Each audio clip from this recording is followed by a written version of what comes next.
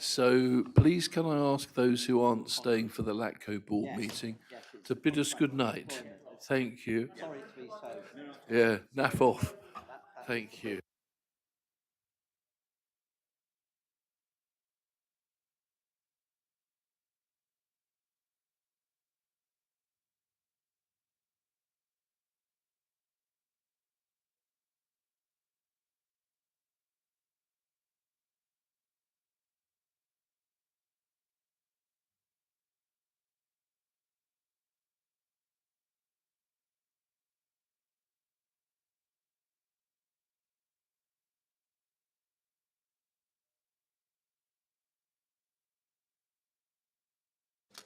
Peter and Roy, can I ask you to? Well, actually, no. You can wait and watch this. You will stay? Yeah. People who aren't employees, Oh, okay. We'll take a seat then, please, because we can we. Okay. So, members, can we start to sit down, please, and call the LATCo meeting to order? Uh, Councillor Young and Councillor Olive, can we take our seats, please? And that will. No, we can't. I've got my dinner.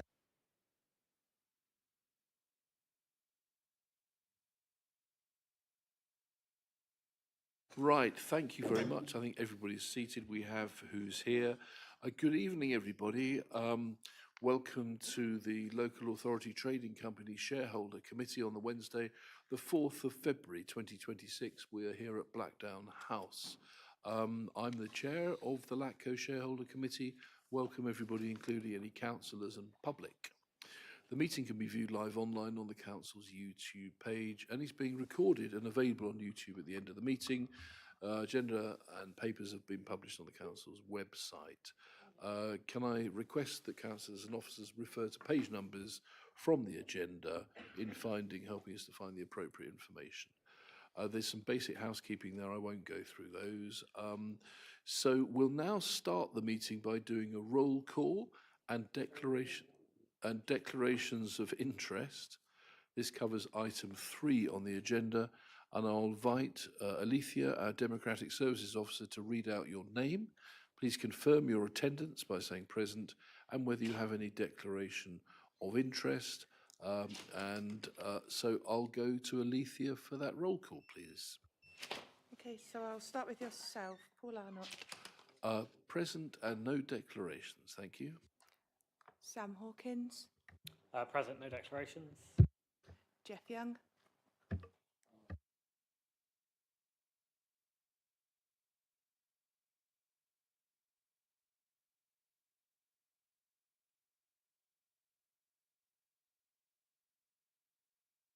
Present, no declaration. Thank you, John Loudon. Present, no declarations. Thank you. And Todd Olive. Declarations, thank you. Thank you very much indeed, Alethea. Agenda item 1, the minutes of the last meeting of the 19th of November 2025. Any comments, any dissent, any further comment, or are we happy to approve those minutes? May I take a vote, please? Those in favour of approving the minutes? Thank you, that's carried.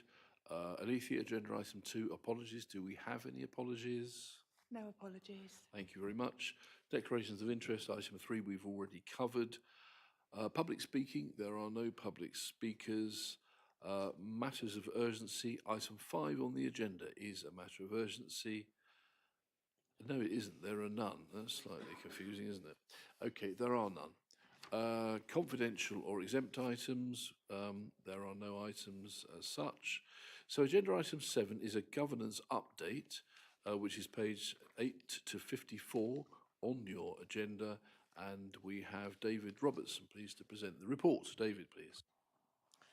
Thank you, Chair.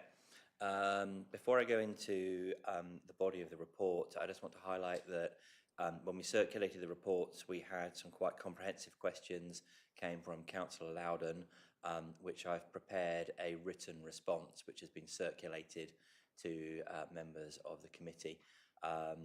With a guidance from my colleagues, we will circulate those responses within the minutes. And as we go through the papers, we'll probably go through each of those individual questions item by item, but I'll let you steer me on how we go about that. So into the report on the governance update for East Devon Environmental Services Limited. I will do a brief introduction to this report and then hand over to yourself and answer questions and clarifications.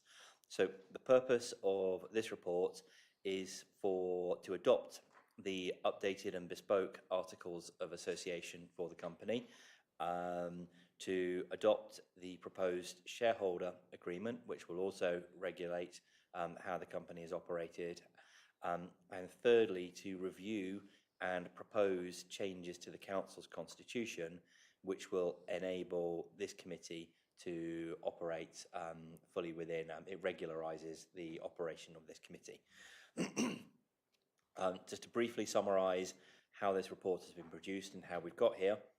We've had extensive support from Bevan Britton, who, as you know, have been supporting, working with us on the development of the LATCo all the way since the beginning. In order to produce the articles and the shareholder agreement, they've been engaged with officers in workshops to discuss the drafts. That includes ourselves, it includes the legal and finance directors here, so it's had quite a lot of back and forth to reach the point that we're at, and there's a consensus among officers that we feel that it's a pretty good set of documents. This builds on previous reports that went to both Cabinet and Council, which provided a framework. The reason for this report, as it's come today, is it's necessary in order for us to actually deliver the day-to-day governance. Chair, thank you very much. Thank you, David, very much. I think it's very clear. Members of the board, anybody have anything they would wish to say on that? Councillor Hawkins, please. Thank you. No, I was fortunate enough to be part of some of the workshops that have gone through and building up some of this. So I think where we're at today is quite a good and strong position. There might be the odd bit that's superfluous, but it doesn't take away from anything of what I think we want to achieve. It protects our position as an authority while still giving management and the underlying company the freedom to do what they need to do to discharge their duties. So happy to propose recommendations, I think. Thank you, Councillor Hawkins. Oh, yes, Mel, please. Sorry, before you propose the recommendations, I just wanted to request an additional recommendation, if I may. Shall I explain what I'm going to be asking Please for? do, Is that Mel. okay? Thank you. So the company secretary for the company has basically recommended that we have an additional recommendation in our report, which effectively delegates authority to me to sign a written resolution on behalf of the company adopting the Articles of Association. So we effectively approve them, but then the company needs to adopt them, and as owner we do that, and I'm just seeking authority to do the necessary paperwork on that, please. Are you happy to accept that additional recommendation? Very good. Seconded by Councillor Young. I should just say I called you the board earlier. You are just the shareholder committee, so don't get carried away with it. My mistake. Councillor Loudon, please. Thank you, Chair. And I perhaps want to pick up on the point that David identified earlier on, which is the questions and answers, if you will. And first of all, thank colleagues, particularly officers, for their indulgence in my questions. I think my personal view is that looking at what has come back by way of response, I personally am not looking to go through them one by one, line by line. What I would do, Chair, is draw to your attention under the response under governance that there are two areas where I think we ought to turn to. The first is under shareholder agreement section 1.1. I asked the question about observers, and the response came back is that we should determine that observers have speaking rights at board meetings but can't vote. So I just wanted to, or unless by accepting the responses we're automatically adopting things, but I presume we go through. I think we need to be clear about what we are, so I fine. So therefore that point, that answer, Chair, I think we should agree or disagree on. Okay, how would we do that, Mel? I mean, sometimes we do that. There's something that's minuted. That you're happy to accept that. Yeah. It doesn't alter the recommendations. We just Yeah. need to make sure that we pick up that point in the article. Okay. So So as long as you're lovely. comfortable. General agreement, Councillor. Can I therefore propose, Chair? Yes, please do. Councillor Hawkins has already proposed. You mean No, propose the that- additional? The answer Yeah. as set out in. Okay, yeah, okay, why not? Shareholder I'll second all agreement those in section favour, 1.1. please. Don't quite, yep, Which one is that, John? that's his. It's shareholder, it's the observer in section 1.1. It's the fourth page of the, I've got the fourth page of the response.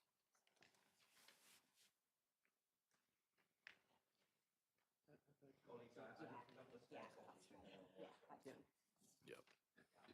So, right, so I think we all understand what that is. Yes, David, please. Thank you, Chair. Just building on Councillor Loudon's points, there is also a proposed change to the recommendations, and it's minor, but we just need to capture that as well. Would you like me to run through that one now? Yes, please. Okay, so on this is recommendation 2A, the terms of reference for the shareholder committee. So this is regularising the activities of this committee, and in order for that to happen, this committee agrees it. It then goes to the constitutional working group for their consideration, and then ultimately on to full council, I believe, who would then recommend it from there. So Councillor Loudon has proposed that we slightly edit that recommendation. So it reads to the shareholder committee to review the proposed terms of reference and A, endorse them and propose their consideration by the constitutional working group as changes to the council's constitution in order that they may be adopted at the 2026 annual council meeting. Yep, everybody happy with that? The Mel, only thing I please. was going to say, and maybe it wouldn't get there in time, but we can take it at any point. We don't have to wait until annual council meeting. So that's the only point. But if it can wait till then. There is a part B, which I haven't got in front of me, says that in the meantime, the committee agrees to be bound by the proposals until it's regularised. That's not the exact wording, but forgive me. No, Councillor Hawkins. No, because we've not all had our mandatory training, so this meeting would immediately be disbanded. Yes, we're not having that till next week, are we? Or the week after? 6 hours we're having. Okay. Yes.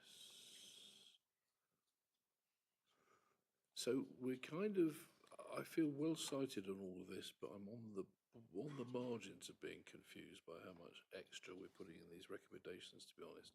So what you're putting forward, John, seems to me to be something that we've noted as to go ahead, but you think we should go to a vote on it and change the recommendations. Is that what you're saying? No, Chair. I think what you've got in the response is saying yes, let's change the recommendation to include that go to the annual council 2026. Now I'm hearing Mel saying you can do that, but if we can hit an earlier one, then we can do that. In which case, then I'm content to leave it as it is written, because otherwise we tie. I hadn't appreciated. I hadn't thought that point through. So thank you, John. So then coming back to what David's just suggested, do we need that as well, given that Sam's just said, let's be careful about that because we haven't actually had our training yet? David, do you want to just repeat? Yeah, sorry, I was. Would you like me to repeat the change to the recommendation, or forgive me, I'm slightly lost as well? Yes, why not as a starting point? Yes, please. Well, let's see. The shareholder committee does need to function and operate in order to have governance over the company. If the shareholder committee doesn't operate, then that goes to cabinet, because this is a subcommittee of cabinet. Therefore, that's an additional challenge for cabinet. As it's been drafted and proposed, written by myself with input from others, we're saying, look, step one is that we will agree that the constitution is changed so that this committee clearly exists. But in the meantime, the committee will continue to exist as a subcommittee of Cabinet and will agree to be bound by the shareholder agreement. Now, I think, Councillor Hawkins, you're highlighting that you've yet to receive the training that we've lined up. I don't have an immediate answer for this, so I'm going to go to my colleagues on the top table to say, well, this committee does need to continue to operate, and if it doesn't, we need to find an alternative. But the training is happening in late February and early March.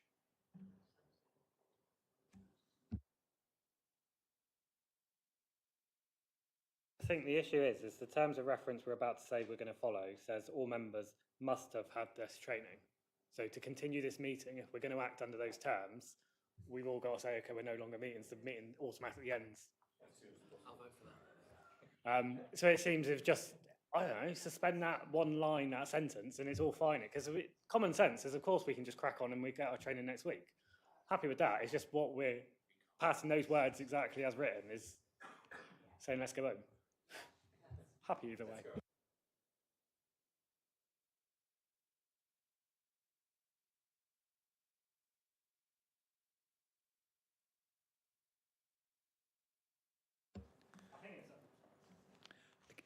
Councillor Hawkins, do you have the specific paragraph in front of you? Because I'm now floundering. Yeah, I think it's in the terms of reference itself. It's probably strike the competency section for now and then re-add it when we actually do it. Yeah. Yeah, it'll be fine. We'll all have had it and everything will move on. It's just that weird technicality. Training required from time to time, and then it's not saying. Even that, yeah. Something that just fixes it. Yeah. It's the very penultimate page, bottom of the penultimate page, 40, sorry, it's 46. I've got just the one item opened.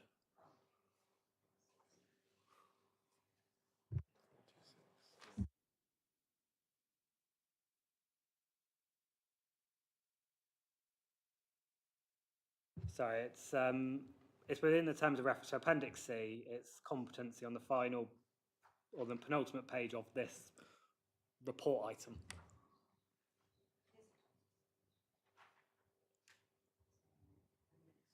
So it goes membership, meetings, quorum reserves, then competency.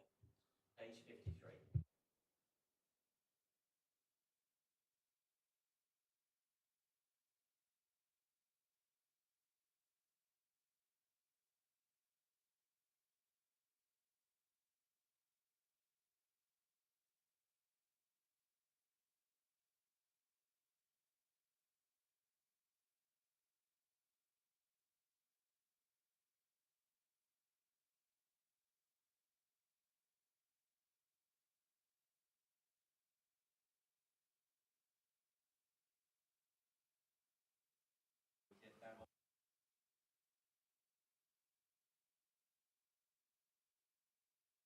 My apologies, Chair.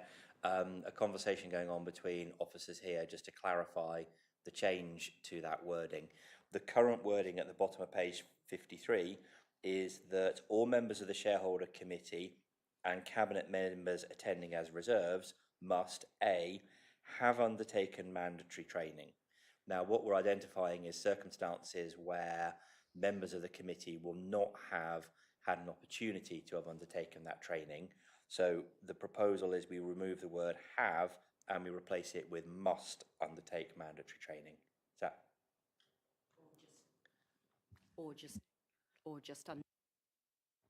Sorry, just undertake mandatory training in the relevant law and procedures. I've captured that, and I will catch up with colleagues afterwards, and we'll correct that. Okay, so we don't need to vote on that because that's something we've decided to amend within the report. John, please. Just the very final point, and it's my penultimate question, which is about the Articles of Association, section 9.3, clarification on the definition of days. Now, I wouldn't normally be so pedantic as this, but this is to do with the Articles of Association, which I assume to be quite important. And I'm very clear that if everything in the Articles of Association aren't nailed down, then I presume people can play around with them, have a bit of fun. And it's talking about the days, and I'm trying to get, are we going by calendar days, working days, business days? I don't care which it is. Let's just be consistent all the way through the document. I know officers say we don't need to. I'm being pedantic here. And just have one terminology all the way through.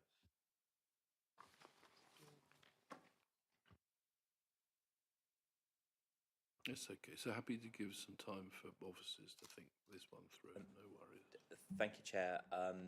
It felt like a minor change, but there's no particular strong objection. We can change the articles so that it clarifies that that will be 5 business days. So the articles currently say 7 days. If we bring that one term into consistency with the rest of the document, which refers to business days throughout, and then clearly there's an error in the drafting. So we will replace 7 days with 5 business days, and then it's consistent, if the committee agrees. Thank you. Are you happy with that, Councillor Loudon? Ecstatic, Chair. Very good. And don't call yourself pedantic. There's no reason. No, I'll be proud of. Thank you for all this. And, you know, so I'm patronising, aren't I, out loud? And I'll pay the price for that. Okay, so we have recommendations, and it's a long time ago. Who proposed them? Anybody? Sam did. The additional recommendation. With the, right, okay, in which case, all those in favour, please. That's carried. Thank you, David. We now go to agenda item 8, the recruitment of directors for East Devon Environmental Services Limited. Pages 55 to 65. David again to present a brisk and concise report. Thank you, Chair. Okay, the recruitment of the non-executive directors. Again, this follows the same pattern that we are fleshing out detail of decisions made by Cabinet previously, and this just enacts those and enables it to happen. So the arrangements for the Board of Directors have previously been approved by Cabinet. Officers are appointed as directors to enable the operation. So as it stands today, we have 2 officers of the Council who are also registered as directors of the company. That was intended as a temporary measure while we make arrangements for recruitment of independent non-executive directors. And this report primarily addresses that with a couple of changes, which I will come to in a moment. There is also a recommendation in here that the managing director is appointed as a director of the company.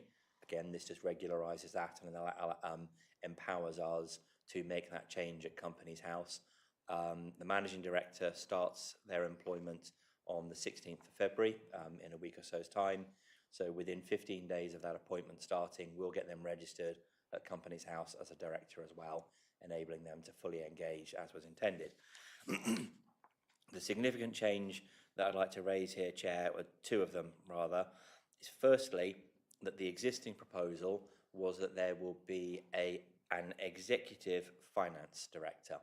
After careful consideration and discussion with nearby LATCos and legal advice, we felt that it's not necessary to have an executive finance director at this stage in the life of the company. However, that may be something that's valuable and useful as the company develops and grows. Therefore, the proposal is to retain that role on the Constitution, on the articles, on the shareholder agreement, but to not fill it at this stage, and the shareholder committee can choose at any future point if it wishes to do that.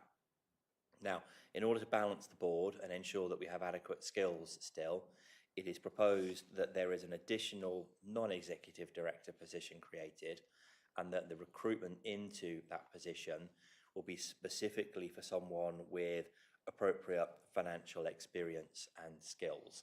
So it removes, in effect, we only have 1 executive director, the MD, and we go to 4 non-execs, which one of them has specific financial powers, financial experience, pardon me.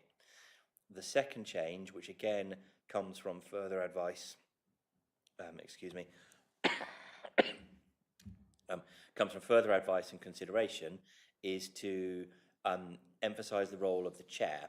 Now, the chair is a non-exec director, but it is proposed that they are given a higher allowance and expected to have more engagement, equivalent to roughly 1 day per week, and that the chair will be recruited first onto the board, and then they will support the recruitment of the other non-executive directors.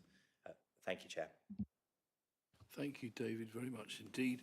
So, members, anybody like to make any comments on this item at all? Councillor Hawkins, please. Thanks. Just a couple of bits. I don't know, and I might have missed it in the text, we don't talk about how we get rid of the current directors, what the strategy is for that. The two council employees, their removal of directors. And another one, and it's a minor point, we're using solicitors to file APO1 forms, which seems quite excessive and expensive when the person being appointed could do it themselves for the sake of the 5 minutes it takes to put in their name, date of birth and details. I don't know, unless the cost is so marginal, it's wrapped up in everything else. It just feels expensive.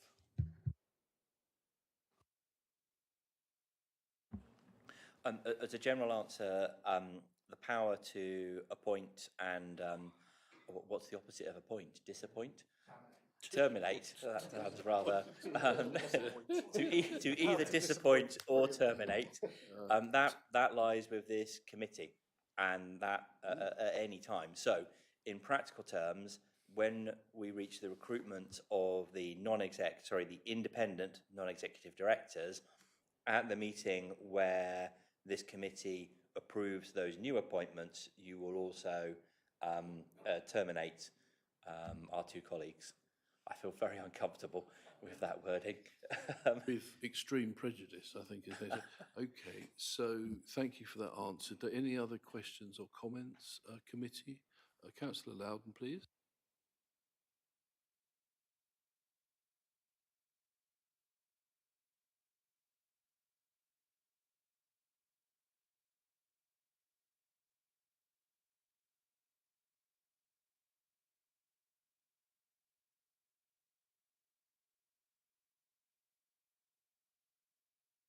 Apologies, I didn't turn the mic on. 5.3 and 5.4, and I suspect David will want to come in. This is the clarification of the status of the non-execs, whether they're employees or otherwise. And if I leave that to David. Thank you. So yes, there is there's some clumsy wording which comes to my door, and it's quite easily fixed. Where we have section 5.4, which currently says contracts of employment will be drawn up by Fitzgerald HR. Now, the intention there was not to say that they will be employees. However, if we change that wording, so it now says suitable contracts will be drawn up by Fitzgerald HR, that removes any confusion that I've raised by implying that they're employees. Just for the benefit of others in the room and those that are listening elsewhere, Fitzgerald HR are a specialist human resources firm who have been commissioned to support us in all human resources aspects of this project. They've got specialist skills in this area, so the intention of the report is that we rely on their specialist skills to make sure we have appropriate contracts in place with the non-executive directors.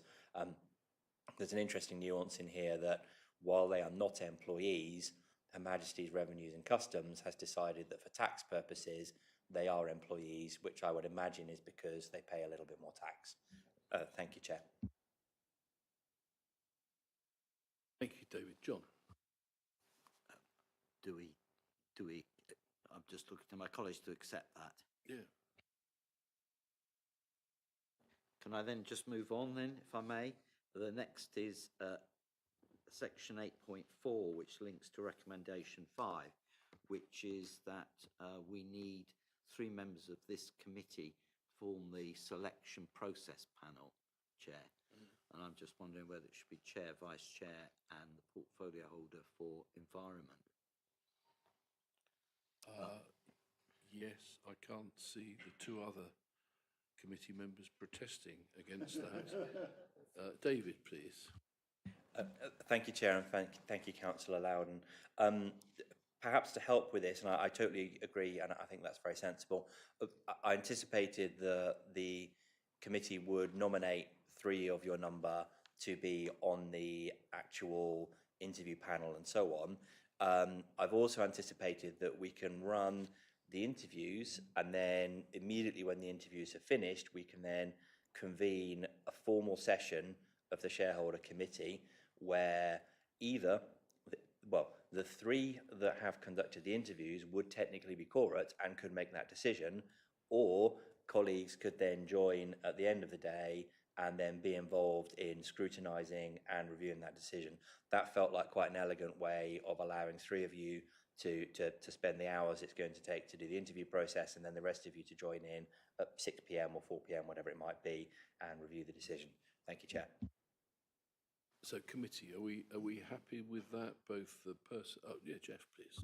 Would that, we won't have had the papers for 6 working days beforehand? Would that be a problem? No, we would still publish an agenda and set out the process that's been gone through, but then you would get a verbal update as to who was being recommended. Okay, John. I like elegance. Slightly cryptic, but Sam, please. Yeah, no, I think that works well, having obviously interviews during the day and then a meeting maybe to wrap it all up. I think it'd be nice if we I don't want to get obviously involved in detail, but see the CVs of relevant people, because this is quite a nice day rate that they'll be receiving. And be mindful that obviously if the right people don't apply for the role, we don't need to fill it for the sake of filling these numbers. It's not like co-opting on a little parish council. This is getting the right people to do the right jobs here. Presumably, we're feeling that the committee, the whole committee, should see the CVs, and do we think, or is it just the 3? It's an issue, that, isn't it?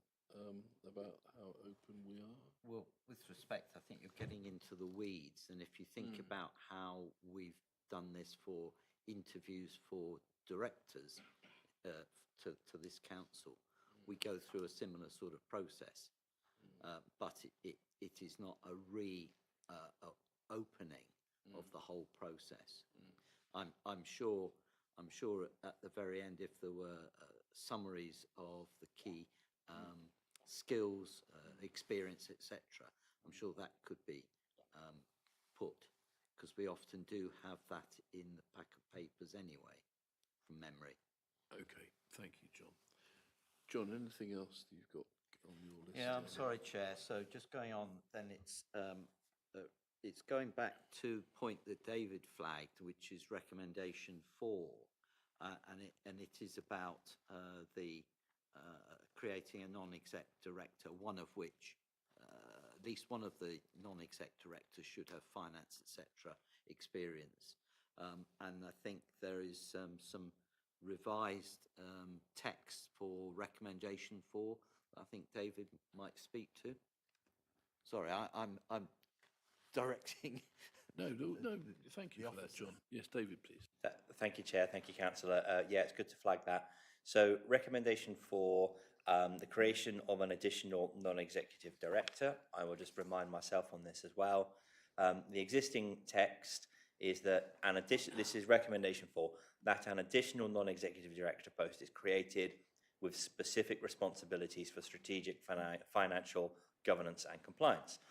We're extending this a little bit, so the proposed text is recommendation 4, that an additional non-executive director post is created, increasing the total available positions to 4. When appointing NEDs, at least 1 should have extensive experience of strategic, financial oversight and corporate legal and financial compliance, with specific responsibilities for strategic, financial, governance and compliance. So if we agree, if the committee agrees that change, then that would be the recommendation that goes forward.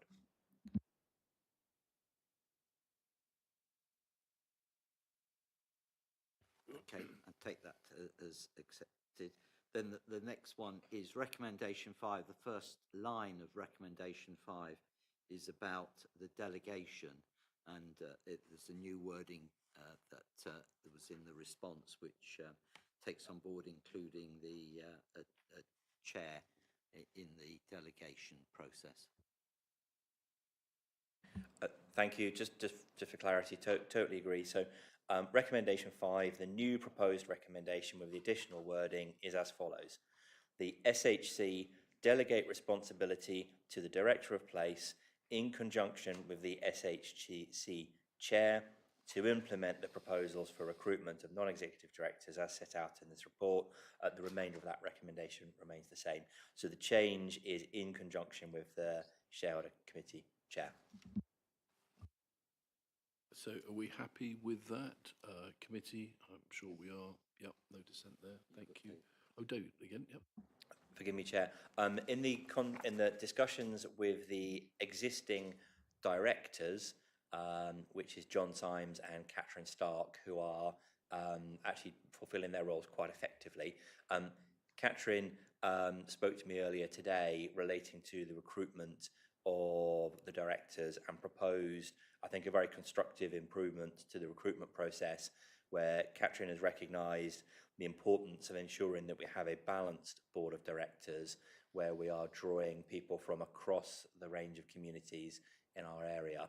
So although I don't have a specific change that I'd like to recommend there, I'm just passing on Catherine's feedback as a director of the company that they are very keen to make sure that the non-executive directors are not just skilled in terms of experience and qualifications, but also reflect the nature of our community.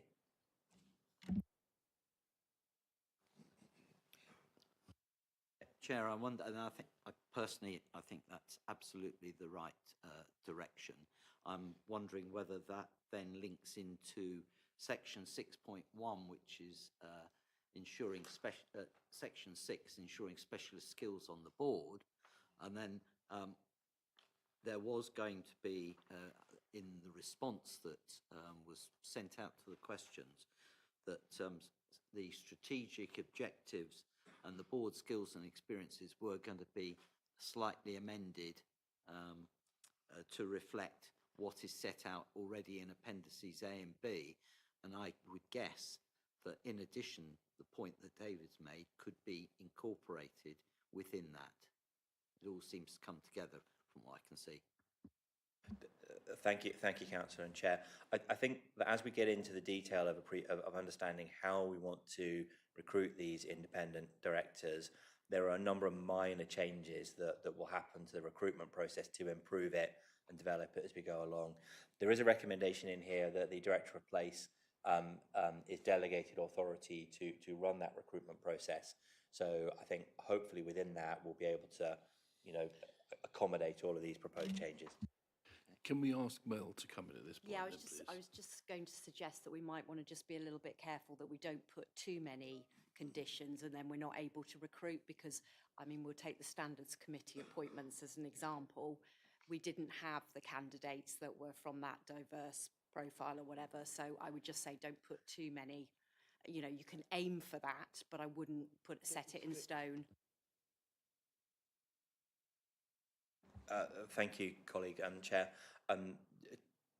My conversation with Catherine today particularly related around advertising of the roles and ensuring that we're not just going down the usual routes of LinkedIn, as I've proposed in the report, but that we actively promote these roles across the communities.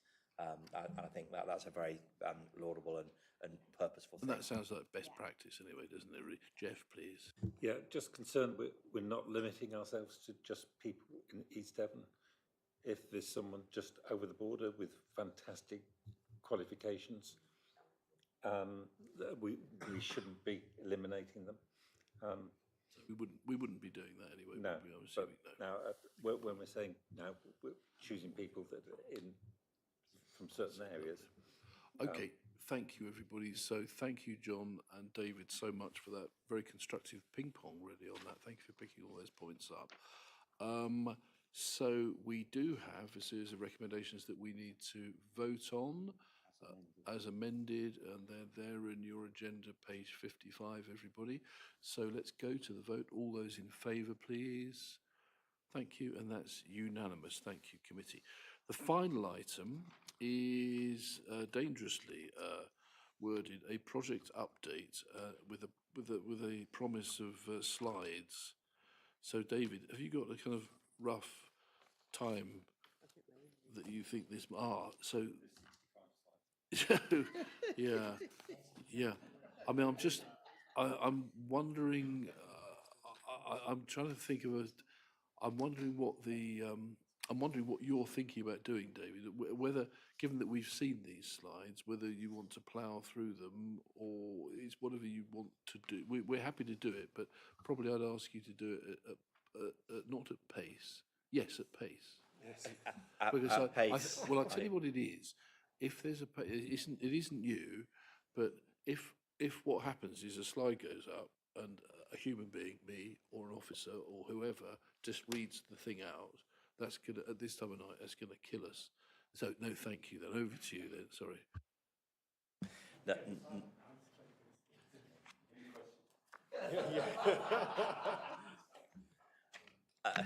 thank you, Chair. Thank you, colleagues. I will do my best to canter through these. They were published in the public pack.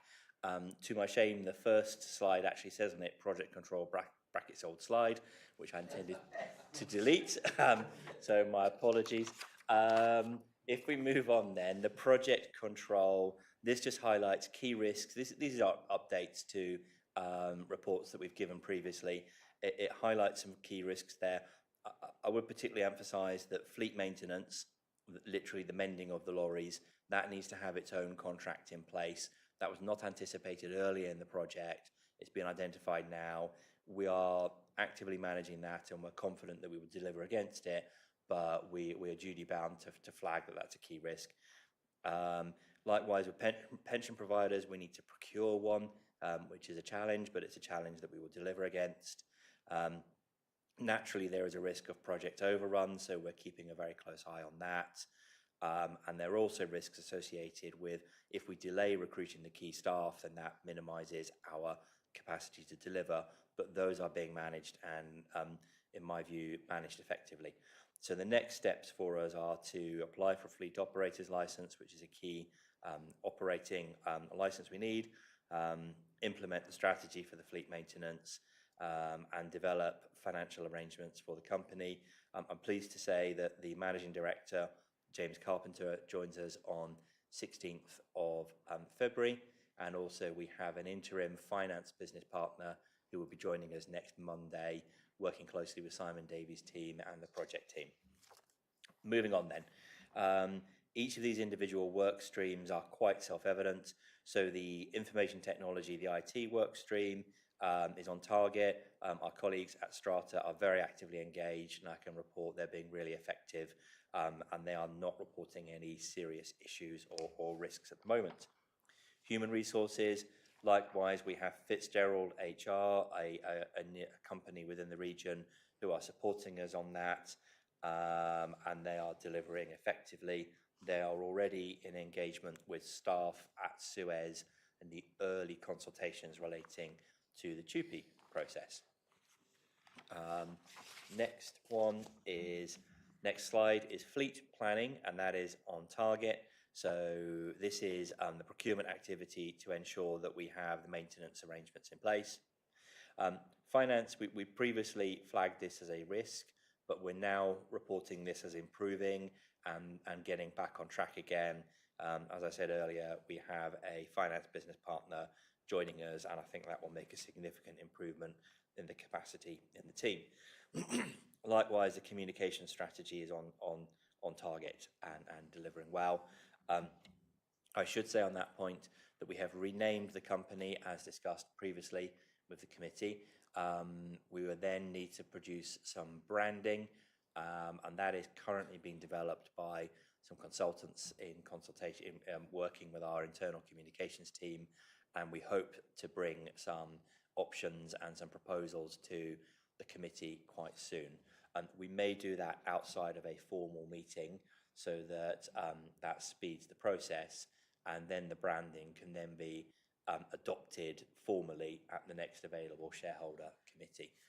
If we waited to the next shareholder committee, then that would cause an unnecessary delay in moving forward that branding project.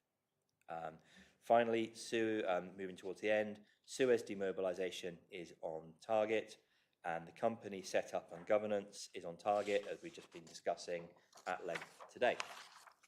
We then move to a draft structure for the organisation. This is reflective of the old business case. Well, I say the old business case, the business case that was approved by Cabinet and Council in the middle of last year. This needs to be reviewed, though. This is the existing proposals, but the managing director, who is joining us very soon, will need to have a strong hand in deciding how the management team is structured. Any changes to these proposals will need to go through the formal process of agreements by the owner ourselves, so likely ELT, and then certainly shareholder committee will need to sign off on that. I'm not going to go through any detail on that because that will take quite a significant amount of time if I do.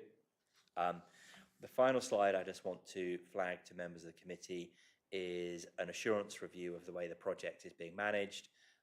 This was delivered by a consultancy called Plan B, who have experience and skills in this area. And the intention of that review was to give an assurance piece to say, are we doing the right things in the right way? What might we be missing?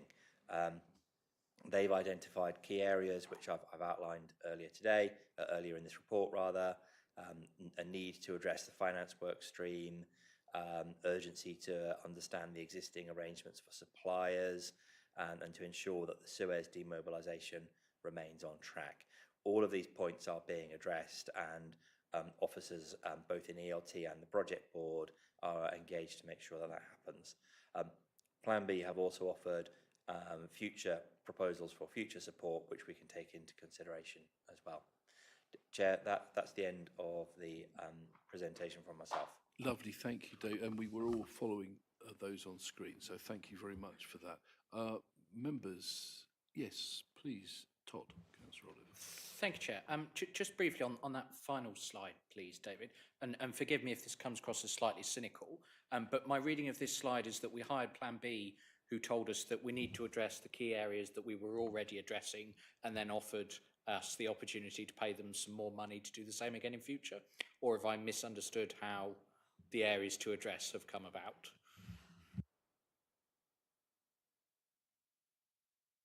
Please, Chief Executive, do come in. Thank you. Thank you, Councillor. It's a very good question. Oh dear. Yes, prepare to run. No, and it is a very good question. And I think one of the things that we recognise here as a local authority is what we don't have in situ currently is a programme board, project board, where we would have a corporate overview of programmes and projects within the authority. So what we're doing is dealing with that within executive leadership team, but not having the expertise of a specific LATCo setup. What we wanted to do was ensure that we had a critical friend look at the proposal and give us some constructive feedback. And there were areas that came up within that feedback that hadn't been covered in the original proposal, which we've now had further discussions with Plan B and our colleagues internally, so that we're able to work through those challenges, and that's why we've got the presentation that we've got this evening. Councillor Loudon, please. Just on the back of the Chief Executive's response, and I mean, it's a fair challenge from Councillor Olive, but I do think the point that the Chief Executive's just made is incredibly important. And I have to say that when I heard about the intention to do this, I was incredibly pleased and reassured, and I think it's the right and proper thing for us to have done. And we look forward to having our own internal programmes team that will be able to assist in the future. I was just going to say thank you for that answer. Clearly I'd misunderstood where some of those issues in the report came from, so thank you. got his fingers crossed under the table there. But no, thank you. A graceful response, Councillor. Thank you. Yes, Jeff, Councillor York, please. Yeah, just as an update from the last meeting we had with the partnership. Christmas went really well, and we almost caught up with the flooding last week. The teams at Suez are working really, really well, and there is now a lot of smiley faces around that. So now things are going well with Suez still, which was a concern that we had early on, but it's not the case now that they're working really well and helping with us for the transfer. I often feel that I wish our branding was bigger on those trucks, because they are a jolly presence coming through, certainly through Collerton. You know, people are glad to see them and they deliver a terrific service. I just wish it all said East Devon, and, you know, anyway. Councillor Loudon, I had noticed him. Councillor Loudon, please. Thank you. Just on a broader point, not necessarily picking up on anything in particular here, but we have this evening in public considered a range of documents linked to the creation of the LATCo, linked to here some of the transitional arrangements. And I think I know what the answer is, but I have to ask it. Can just be reassured that what we're doing is making sure that we are communicating, I presume, through Suez to the staff who potentially are at risk of transfer, so that they are not interpreting, somebody else is interpreting what we're saying and doing, but we're able to directly tell them the truth, as it were. Thank you, Councillor. Yes, so there is both the formal consultation process under TUPE transfer. Councillor, you're going to have to help me out with that. I can't remember what TUPE means because I'm Transfer of undertaking protections regulations from memory. Thank goodness someone in the room knows what we're doing. Thank you. Yes, so we have the formal consultation and we also have an informal consultation with the staff at Suez. So my colleagues Andrew Hancock and Lou Hodges are taking the lead on that. They have long established relationships with the staff there. They're very visible at the depot, both informally through drop-ins and formally, making sure that the Suez staff are reassured that although that they will, from July, they will not be employees of Suez, they will be employees of the new LATCo, and that we're very, very committed to firstly making sure that they have at least the same equivalent terms, but also that we want to build an organisation, a company where those staff are valued and they have skin in the game in terms of how it's run and how it performs. So yes, that's a key work stream for us within the communications work stream. Right, thank you very much, everybody. I don't think we've got any more comments on that. Really, we're just asked to note, I think, the report from David with thanks. And that brings us to the end of this meeting. Thank you, everybody, for